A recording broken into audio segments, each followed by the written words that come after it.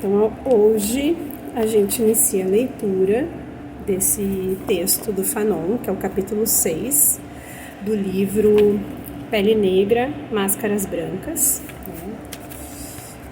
O nome do texto é O Negro e a Psicopatologia. Vamos lá. Vai de hoje, segunda, até domingo, os vídeos desse texto. As escolas psicanalíticas estudaram as reações neuróticas que se originam em determinados ambientes, em determinados setores da civilização. Deveríamos, para cumprir uma exigência dialética, perguntar-nos em que medida as conclusões de Freud ou Adler podem ser empregadas numa tentativa de explicar a visão de mundo do homem de cor. Ele fala homem, mas vamos colocar as mulheres juntos aí, né? Não vamos achar que... Não vamos fazer como a antiga Constituição Federal, que achava que homem era humanidade toda, né? A psicanálise, nunca é demais enfatizar, busca compreender determinados comportamentos no interior do grupo específico que a família representa. E, quando se trata de uma neurose vivenciada por um adulto, a tarefa do analista é encontrar na nova estrutura psíquica uma analogia em alguns elementos infantis. Uma repetição, uma cópia dos conflitos surgidos no seio da constelação familiar. Não é a constelação familiar que vocês estão pensando, tá? Bom lembrar disso, que não tem absolutamente nada a ver. Em todos os casos, a família deve ser considerada um objeto e uma circunstância psíquicos. E aí ele tem uma nota de rodapé, onde ele cita um livro do Lacan. Lá, daí é em francês, gente. Aí eu vou ficar devendo para vocês. A complexidade e o fato concreto da psicologia familiar. 1938. Aqui, no entanto, os fenômenos haverão de se tornar particularmente complicados. A família na Europa representa, na verdade, uma certa forma que o mundo tem de se oferecer à criança. A estrutura familiar e a estrutura nacional preservam estreitos laços. A militarização e a centralização da autoridade em um país automaticamente acarretam uma exacerbação da autoridade paterna. Na Europa, e em todos os países ditos civilizados ou civilizadores, gente, é um deleite ler Fanon. É um deleite. A família é um pedaço da nação. A criança que deixa o ambiente da casa dos pais se depara com as mesmas leis, os mesmos princípios, os mesmos valores. Uma criança normal, que tenha crescido em uma família normal, será uma pessoa normal. Aí tem uma nota de rodapé. Queremos crer... Deixa eu fazer um pouquinho mais para trás, se o Rui não se importar, com licença. Queremos crer que não seremos processados em razão desta última sentença. Bem, poderão os céticos perguntar: o que você chama de normal? Eu sei que vocês pensaram nisso também. Por ora, não é nosso propósito responder essa questão. Para afastar a demanda mais urgente, citemos O Normal e o Patológico de 1966, trabalho muito instrutivo de George Canguilhem, embora centrado exclusivamente no problema biológico. Acrescentamos apenas que no domínio mental é anormal aquele que suplica, apela, implora. Seguindo com a leitura de Fanon. Não há desproporção entre a vida familiar e a vida nacional. Por outro lado, se considerarmos uma sociedade fechada, isto é, que se tenha protegido do fluxo civilizador, encontraremos as mesmas estruturas descritas anteriormente. Aí tem um livro aqui que ele cita, A Alma do Pigmeu da África, do padre Trillis, acho que é Trillis, por exemplo, convence-nos disso. Percebe-se a todo momento o anseio de catolicizar a alma negrilha. E aí tem uma nota de rodapé. Negril no original. O neologismo ou diminutivo de negre, utilizado em referência aos povos pigmeus da África Equatorial. Foi cunhado e disseminado com base no ensaio de Ernest Theodor Hearne. E aí, um título em francês, e aí eu não vou me arriscar, porque não é minha praia. Inglês já não é, imagina francês. Mas aí vocês encontram essas referências no texto, né? Então dá para pegar o livro, né, numa biblioteca pública e procurar as referências se vocês tiverem interesse. Percebe-se a todo momento o anseio de catolicizar a alma negrilha, mas a descrição que ali se encontra da cultura, esquemas culturais, persistência de ritos, sobrevivência de mitos, não transmite a impressão artificial que se tem com a filosofia bantu. Em ambos os casos, há uma projeção das características do ambiente familiar sobre o ambiente social. É verdade que os filhos de ladrões ou de bandidos, acostumados a determinado regramento clânico, ficarão surpresos ao descobrir que o resto do mundo se comporta de maneira diferente. Mas uma nova educação, executando-se casos de perversão ou atraso, deve ser capaz de levá-los a moralizar sua perspectiva, a socializá-la. Aí, quando ele fala de perversão e atraso, tem uma nota de rodapé. Aí eu vou fazer o seguinte, eu vou ler apenas as notas de rodapé que são explicativas, que tem textos explicando. Quando for a citação de um livro, né, aí eu só vou dizer, tem a citação de um livro na nota de rodapé. Então, a nota de rodapé dessa parte, casos de perversão ao atraso, ele diz assim, embora essa reserva seja em si mesma questionável, ver no exemplo a comunicação de Juliette Boutonier. Não seria a perversão um profundo atraso afetivo, mantido ou gerado pelas condições em que viveu a criança, pelo menos tanto quanto pelas disposições constitucionais, que evidentemente continuam a ser implicadas, mas que provavelmente não são as únicas responsáveis?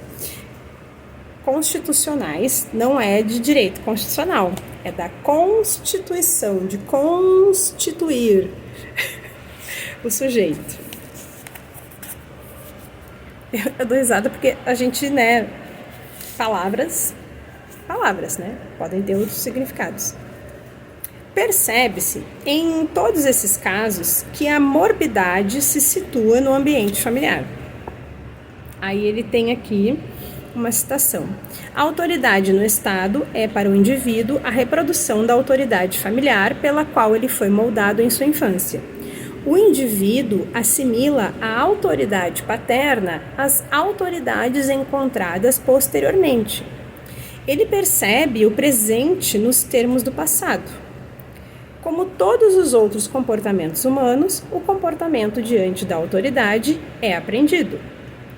E é aprendido no seio de uma família que se distingue, do ponto de vista psicológico, por sua organização específica, quer dizer, pela forma como nela a autoridade é distribuída e exercida.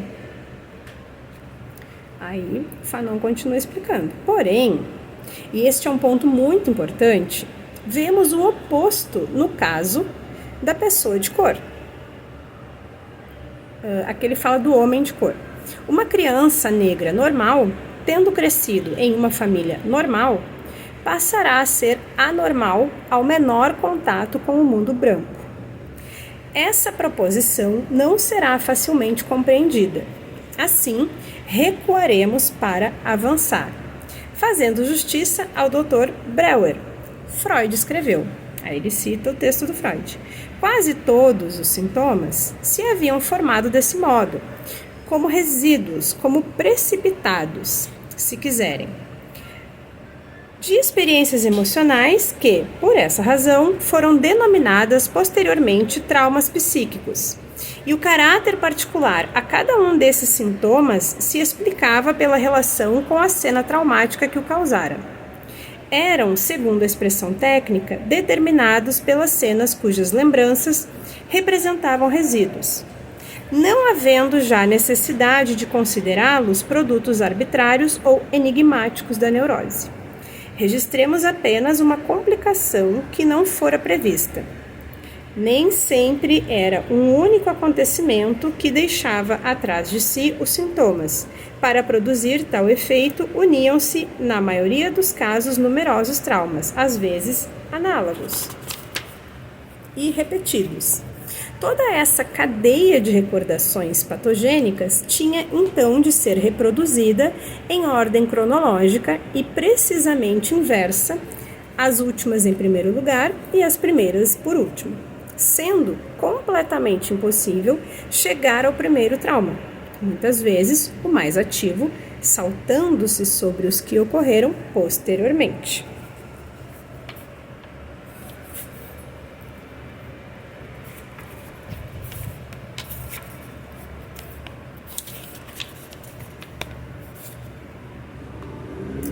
Deixa eu fazer uma marcação aqui.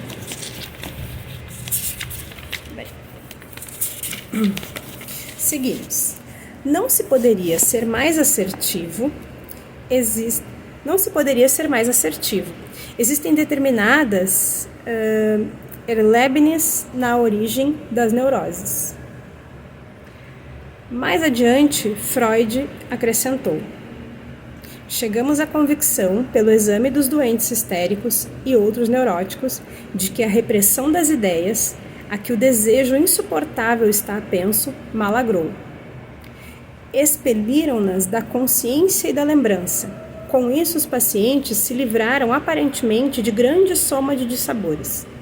Mas o impulso desejoso continua a existir no inconsciente à espreita de oportunidade para se revelar. Concebe a formação de um substituto do reprimido, disfarçado e irreconhecível, para lançar à consciência, substituto ao qual logo se liga a mesma sensação de desprazer que se julgava evitada pela repressão. Tais Erlebnis,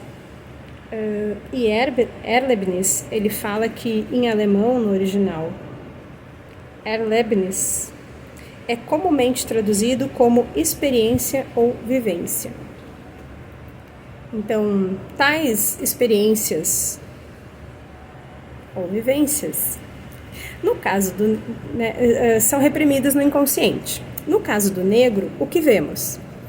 A menos que se utilize esse dado vertiginoso, tão desestabilizados ele nos deixa. Do inconsciente coletivo do Jung, não se compreende absolutamente nada. Todos os dias, o drama se repete nos países colonizados. Como explicar, por exemplo, que um calouro negro, chegando à Sorbonne para ali obter o diploma em filosofia, antes que quaisquer elementos conflituais se organizem à sua volta, já assuma de antemão uma postura defensiva? René Menil relatou essa reação em termos hegelianos. Ele havia como a consequência da instauração na consciência do escravo, um lugar do espírito africano reprimido, de uma instância representativa do Senhor. instância instituída no âmago da coletividade e que a deve vigiar como uma guarnição na cidade conquistada. Deixa eu desligar então, né?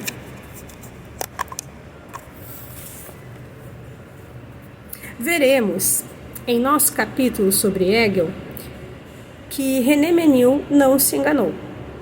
Contudo, temos o direito de nos perguntar: como explicar a persistência disso no século XX, sendo que há, ao mesmo tempo, plena identificação com o branco? Frequentemente, o negro que se anormaliza nunca teve sequer contato com o branco. Terá havido uma experiência anterior reprimida no inconsciente? Terá a criança negra visto seu pai ser espancado ou linchado pelo branco? Terá havido um trauma efetivo? A tudo isso respondemos: não. Mas então o quê? Se quisermos responder adequadamente, somos obrigados a recorrer à noção de catarse coletiva. Em qualquer sociedade, em qualquer coletividade, deve existir, um canal, uma porta de saída, por onde as energias acumuladas, sob a forma de agressividade, possam ser liberadas. Estão vendo o liame com um pouquinho do que a gente leu sobre o Winnicott? É a que visam as brincadeiras nas instituições que acolhem crianças, os psicodramas nas terapias coletivas e, de forma mais ampla, as revistas ilustradas para os jovens. Naturalmente, cada tipo de sociedade requer uma forma específica de catarse. As histórias de Tarzan, de exploradores mirins, de Mickey e de todas as revistas ilustradas visam uma genuína descompressão da agressividade coletiva. São revistas escritas por brancos para crianças brancas, mas o drama reside nisso. Nas Antilhas,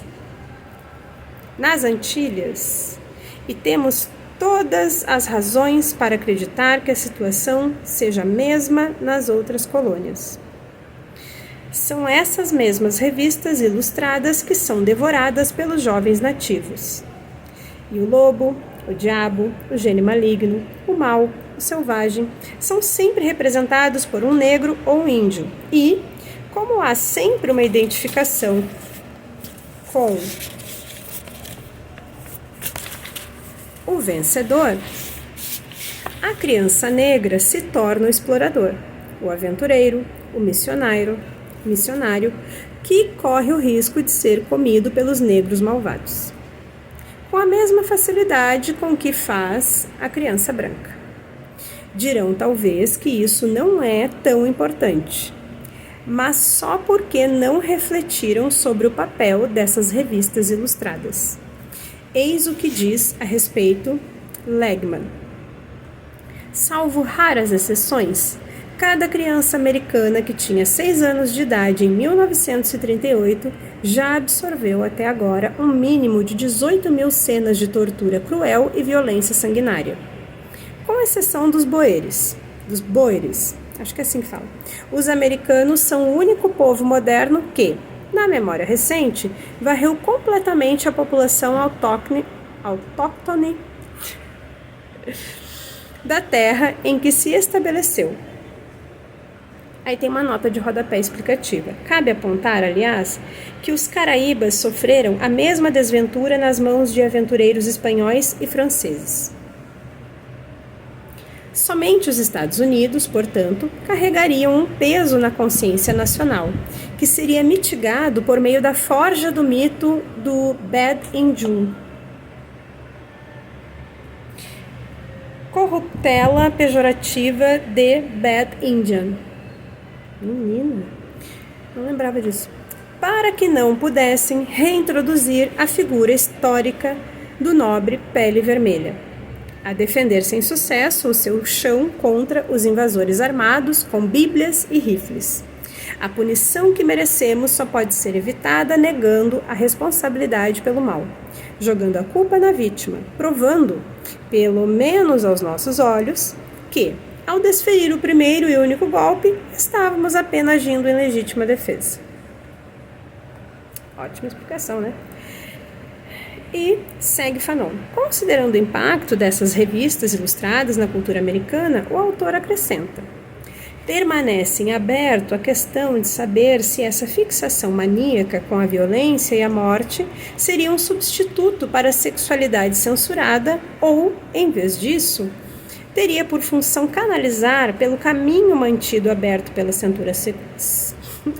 censura sexual o desejo de agressão das crianças e dos adultos contra a estrutura política e social que os perverte, por mais que o faça com o consentimento deles. Em ambos os casos, a causa da perversão, seja ela de ordem sexual ou econômica, é essencial. É por isso que, até que sejamos capazes de ir atrás desses recalques fundamentais, continuará sendo fútil qualquer ataque contra meros mecanismos de fuga como os comic cooks.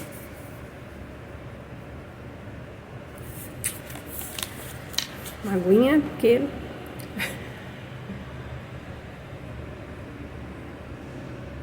gente, é muito difícil ler em voz alta. Eu erro muitas palavras, porque meus olhos já foram lá para frente e eu tenho que ficar ali ainda. Vamos lá. Nas Antilhas, o jovem negro, que na escola repete incessantemente nossos pais, os gauleses. E aí, nossos pais, os gauleses, ele tem uma explicação aqui na nota de rodapé. Como em muitas outras circunstâncias, é o sorriso que despertamos ao relatar esse lado do ensino na Martinica. É inevitável constatar o caráter cômico disso, mas não mencionamos suas consequências de longo prazo. Porém, são elas que importam, pois é com base em 3 ou 4 dessas frases que se desenvolve a visão de mundo do jovem antilhano. Lembrando que vai ter muita palavra aqui que a gente não tem familiaridade. Então, anotem, vejam o significado depois, ou pausem o vídeo para procurar o significado, pode ser interessante. Então, nossos pais gauleses. Identifica-se com o explorador, com o civilizador, com o branco que traz a verdade aos selvagens, uma verdade toda branca. A identificação, ou seja, o jovem negro adota subjetivamente uma atitude de branco. Ele imputa ao herói, que é branco, toda a sua agressividade, que nessa idade está intimamente relacionada à oblatividade, uma oblatividade carregada de sadismo. Uma criança de 8 anos que oferece algo, mesmo a um adulto, seria incapaz de tolerar uma recusa. Pouco a pouco, vemos formarem-se e cristalizarem-se no jovem antilhano uma atitude e um hábito de pensar e de ver que são essencialmente brancos. Quando, na escola, ele às vezes lê histórias de selvagens nos livros brancos, sempre pensa nos senegaleses. Quando estávamos na escola, tivemos ocasião de discutir por horas a fio a respeito dos supostos costumes dos selvagens senegaleses. Havia no que dizíamos uma inconsciência no mínimo paradoxal. Mas é que o antilhano não se considera negro, ele se considera antilhano. O negro vive na África. Isso me fez lembrar que quando a Shakira cantou Latinas e falou que as brasileiras, botou as brasileiras ali no meio, a galera, não, nós não somos latinas. O casal de gaúchos, de sulistas no filme Bacurau, né?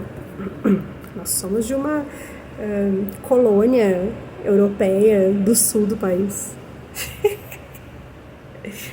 Subjetivamente, intelectualmente, o antilhano se comporta como um branco, mas ele é um negro. Isso ele perceberá ao chegar à Europa. E, quando falarem de negros, ele saberá que se trata dele tanto quanto do senegalês. Sobre esse ponto, o que podemos concluir? Impor os mesmos gênios malignos ao branco e ao negro constitui um grave erro pedagógico. Se houver disposição para compreender o gênio maligno como uma tentativa de humanização do id, será possível apreender o nosso ponto de vista. O nosso ponto de vista. A rigor, diríamos que as cantigas infantis estão sujeitas à mesma crítica. Já se percebe que almejamos nem mais nem menos que a criação de revistas ilustradas dedicadas especialmente aos negros, canções para crianças negras e, no limite, livros de história, pelo menos até a conclusão do ciclo escolar. Pois, até prova em contrário, acreditamos que, se existe trauma, ele se situa nessa época. O jovem antiliano é um francês que a todo momento é chamado a conviver com compatriotas brancos. Costuma-se esquecer disso com demasiada frequência.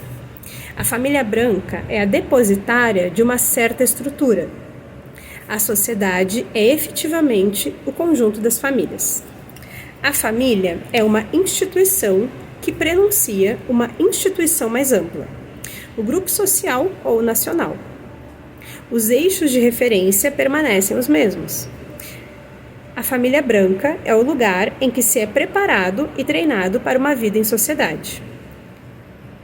A estrutura familiar é internalizada no superego e projetada no comportamento político, social, diríamos.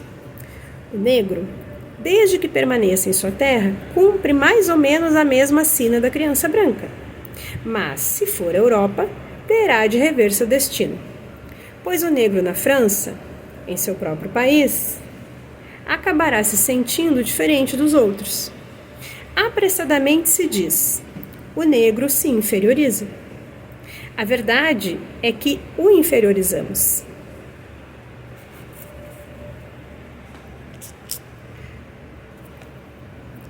É um deleite ler esse homem. O jovem antiliano é um francês que a todo momento é chamado a conviver com compatriotas brancos, mas a família antiliana praticamente não mantém nenhum vínculo com a estrutura nacional, isto é, francesa, europeia. O antiliano deve então escolher entre a sua família e a sociedade europeia. Em outras palavras, o indivíduo que galga a sociedade, a branca civilizada, tende a rejeitar a família, a negra selvagem, no plano do imaginário, em relação às Erlebnis. Não deve ser assim que fala essa palavra, tá, gente? Mas alemão me deixou mais ainda na espreita. Mas no plano do imaginário, em relação às vivências, vamos assim, infantis que descrevemos anteriormente. Próximo vídeo.